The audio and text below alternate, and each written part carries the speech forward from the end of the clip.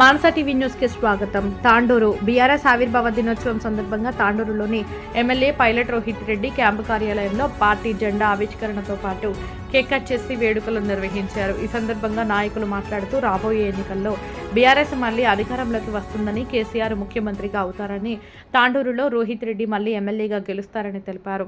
కాంగ్రెస్ ప్రభుత్వం హామీలు అమలు చేయడంలో విఫలమైందని విమర్శించారు. ఈ కార్యక్రమంలో పార్టీ సీనియర్ నాయకులు, ప్రజాప్రతినిధులు, కార్యకర్తలు పెద్ద ఎత్తున పాల్గొన్నారు. మాన్సా టీవీ ప్రతినిధి భూమేష్. జై తెలంగాణ,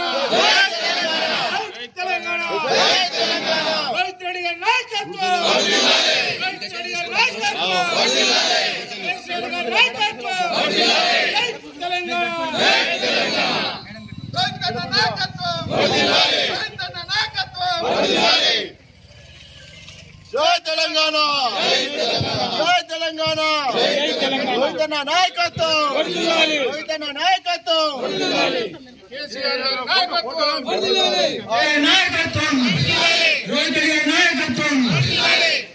ఈరోజు 26 సంవత్సరాలు పూర్తి చేసుకుని 27 సంవత్సరాలు పెడుతున్న తెలంగాణ ఆవిర్భావ దినోత్సవానికి చేసిన బీఆర్ఎస్ కార్యకర్తలకు, శ్రేణులకు, అన్నదమ్ములకు, అక్కచెల్లెలకు నా యొక్క నమస్కారాలు.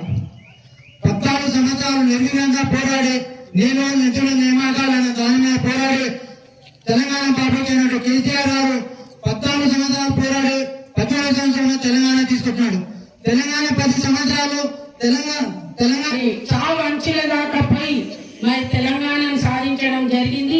ఆ తెలంగాణను బంగారు తెలంగాణగా మార్చడానికి ఆయన చేసిన కృషి అందరికీ తెలిసిందే. ఆయన చేసినటువంటి పథకాలు కానీ, ఆయన తెచ్చినటువంటి మరి ఈ తెలంగాణ లోపల మన నీళ్ళ దోపిడీ కానీ, ఉద్యోగాల దోపిడీ కానీ, అవన్నీ మరి ఆనాటి మరి ఏదైతే ఆంధ్రకి వెళ్ళేది మనకు దక్కించుకొని మరి మన తెలంగాణను బంగారు తెలంగాణగా మార్చడానికి ఎంతో కృషి చేయడం జరిగింది. మరి ఏదైతే ఈ కాంగ్రెస్ ఏ విధంగా అయితే 10 సంవత్సరాల పరిపాలనలో మన కేసీఆర్ గారి అండదండలతో మనం 10 సంవత్సరాలు ముందుకు తీసుకెళ్ళినాం. తెలంగాణ అంటే ఒక భారతదేశానికి దిక్సూచిగా నిలబడినటువంటి సందర్భాలు మనం ఎన్నో చూసాం. దానికి గాను కేసీఆర్ గారు ఎంతో కృషి చేశారు. ఇప్పుడు 2.5 సంవత్సరాల నుంచి చూస్తున్నాం కాంగ్రెస్ ప్రభుత్వం ఏ విధంగా అరాచకాలు అలవాటు చేస్తున్నారు. మన తెలంగాణను 10 సంవత్సరాల ముందు తీసుకెళ్లే కేసీఆర్ గారు ఉంటే తెలంగాణను మళ్ళీ వెనకకు 15 సంవత్సరాలు ఎందుకు తీసుకెళ్లిన కాంగ్రెస్ ప్రభుత్వం ఇటువంటి ప్రభుత్వాన్ని అవసరం ఉన్నది. అదే విధంగా తాండూరులో రోహిత్ రెడ్డిని తీసుకురావాల్సిన ఎన్నికలు కాబట్టి అందరం కూడా గట్టిగా పని చేయవలసిన అవసరం ఉందని తెలియజేసుకుంటూ, మరి మీ అందరూ కూడా తెలుసు మరి ఎంత తిప్పలు పెడుతున్నారు మన నాయకుడిని, మరి వాళ్ళు సంతోషపడుతున్నారు, పైచాచిగా ఆనందం పడుతున్నారు. మరి మీరు ఒకటి తెలుసుకున్నారే, భగవంతుడు ఉన్నాడో లేదో తెలియదు కానీ కర్మ మాత్రం మీకు వదలని చెప్పేసి ఈ సందర్భంగా తెలియజేసుకుంటున్నాను. రాబోయే 2 సంవత్సరాల్లో కేసీఆర్ ముఖ్యమంత్రి అవుతాడు, తాండూరులో రోహిత్ రెడ్డి గారు ఎమ్మెల్యే అవుతాడు.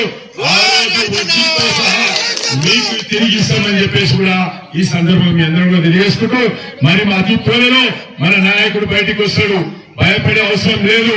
ఈ ఎండలకు, ఈ లాఠీలకు, ఈ తూటాలకు, ఈ పోలీసులకు భయపడే వ్యవస్థ మనది కాదు.